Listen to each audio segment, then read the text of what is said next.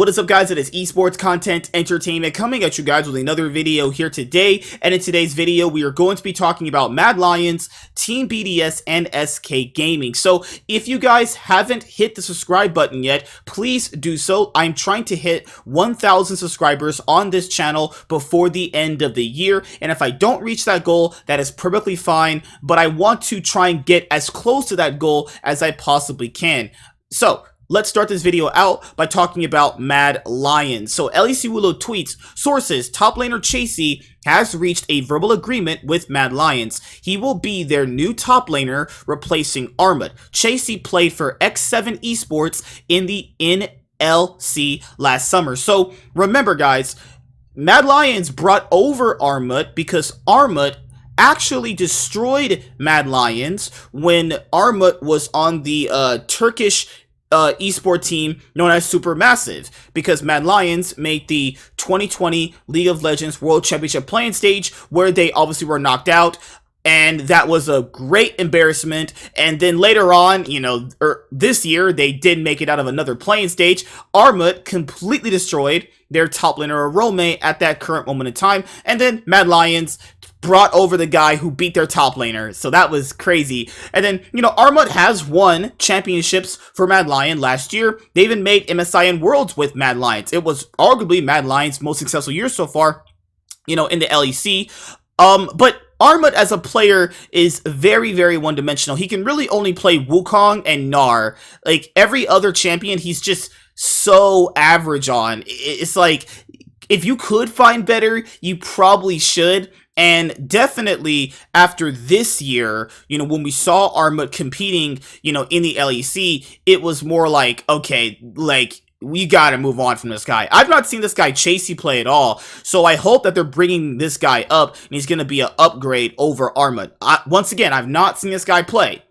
I just hope he's gonna be an upgrade for Mad Lions. Alright. The next one is going to be talking about SK Gaming. So we've not got a chance to talk about SK Gaming a lot so far, I think. I have more videos coming out about them, about who's going to be joining their roster. Nothing like big profile at all, like in terms of name brand value. But this one was really interesting. So there was a LEC split where Kabe was playing with a player called Denick, and then the next split they started playing this guy Dawes. That's why you see him obviously in the Misfits jersey. Then they kick Dawes, I think, for someone else, or they play Dawes throughout the rest of the split. I'm not really too sure.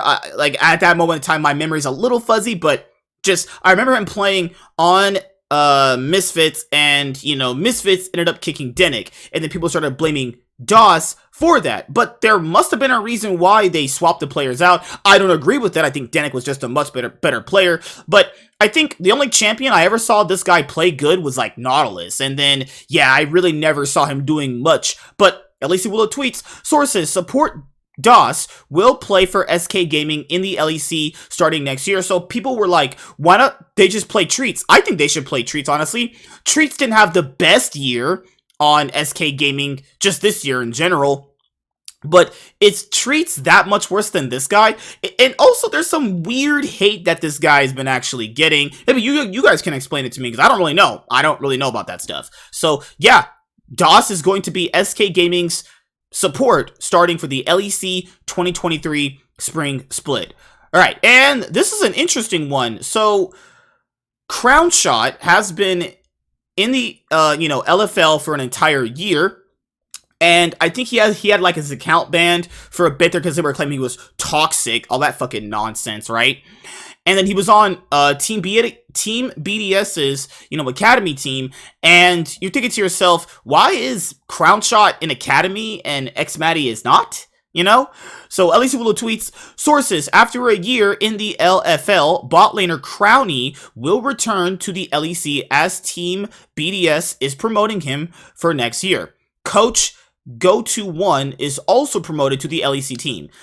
So Crownshot's an interesting player. I think he's an above average LEC ADC. I don't get the random overpraise this guy seems to get. I think it's just really based off his personality. But if you ask me personally, I just think he's just an above average LEC AD carry. Will he be an upgrade over X-Matty? Yeah, he sure will. But other than that, I mean, it's not going to really win BDS a championship, you know? That's pretty much it. That's all I can really say about Crownshot. I mean, I've not really seen him play in the LFL. Maybe he became a much more better of a carry player, because he always seemed more like a weak side AD carry, in my own personal opinion. But yeah, he's going to be a big upgrade over X-Matty, but I don't know if it's really going to make that big of a difference for Team BDS. I mean, you know, orgs like SK Gaming and BDS and Astralis, they always, like, compete for, like, in a ring of each other for, like, who's the worst team in the LEC. Usually, maybe this year, you know, SK Gaming get away from that because they are bringing in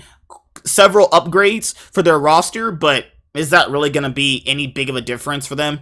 Maybe. We'll have to see. So, what do you guys think about these 3 changes for BDS, SK Gaming, and Mad Lions? I personally think that, you know, Mad Lions needed an upgrade in the top lane. I think that, you know, for SK Gaming, you look at Treats' performance and you go, okay, is there a place where we can really upgrade this guy?